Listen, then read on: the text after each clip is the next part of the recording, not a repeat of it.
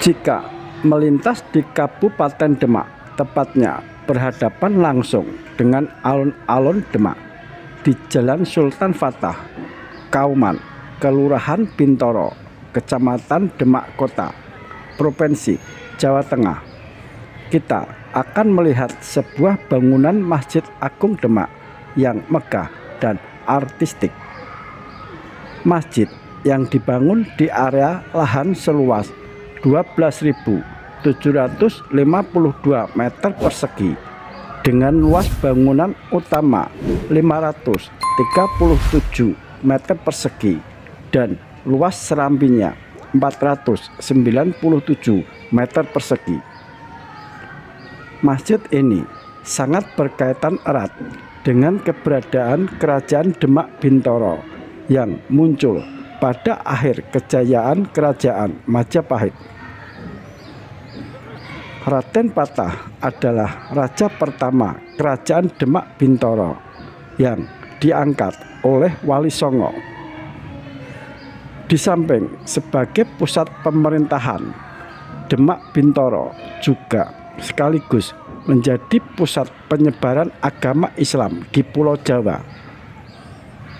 Keberadaan Masjid Agung Demak inilah yang menjadi bukti peninggalan sejarah agama Islam yang masih berdiri dengan kokoh sampai saat ini. Bangunan Masjid Agung Demak sangat berkaitan dengan pengangkatan Raden Patah sebagai Adipati Demak Bintoro pada tahun 1462 Masehi dan pengangkatannya sebagai Sultan Demak Bintoro pada tahun 1478 Masehi. Saat itu Kerajaan Majapahit jatuh di tangan Prabu Girindrawardhana dari Kerajaan Kediri.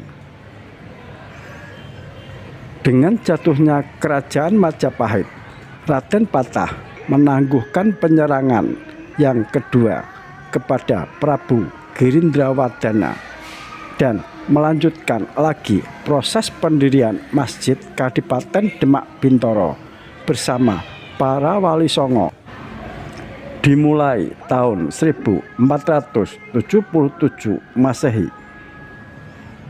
Raden Patah sangat menyesali kekhilafannya karena terbawa hawa nafsu melakukan penyerangan kepada pasukan Girindrawardhana tanpa mengukur kekuatan pasukan musuh terlebih dahulu, yang mengakibatkan banyak korban gugur di pihak pasukan Demak Bintoro.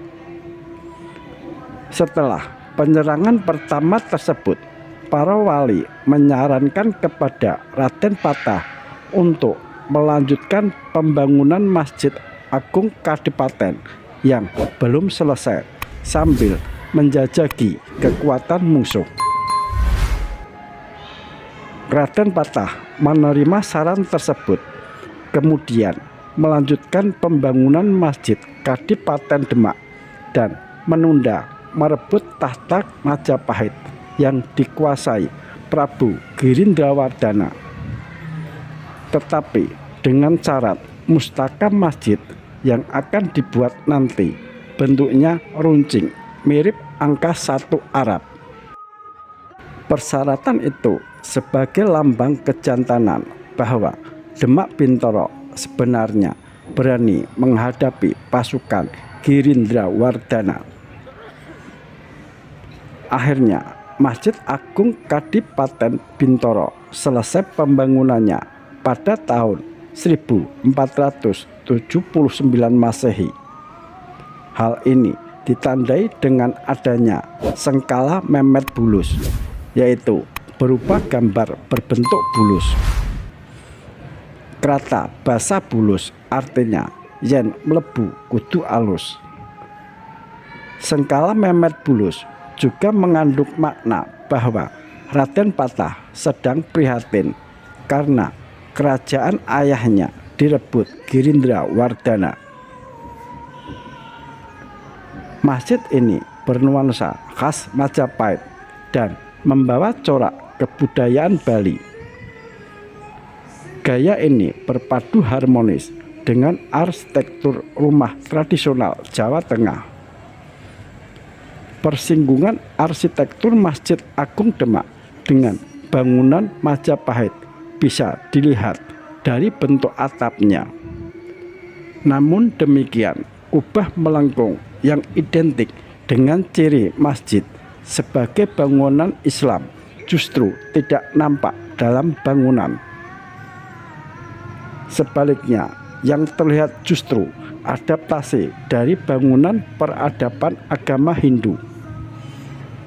Bentuk ini diyakini merupakan bentuk akulturasi dan toleransi masjid sebagai sarana penyebaran agama Islam di tengah masyarakat Hindu. Kecuali bangunan mustaka yang berhias asma Allah serta menara masjid yang sudah mengadopsi gaya menara masjid Melayu. Dengan bentuk atap berupa tajuk tumpang tiga berbentuk segi empat, atap masjid ini lebih mirip dengan bangunan suci umat Hindu. Bagian tajuk paling bawah menaungi ruangan ibadah. Tajuk kedua yang lebih kecil bentuknya memiliki kemiringan lebih tegak dibanding atap di bawahnya. Dan tajuk tertinggi berbentuk limas dengan sisi kemiringan lebih runcing.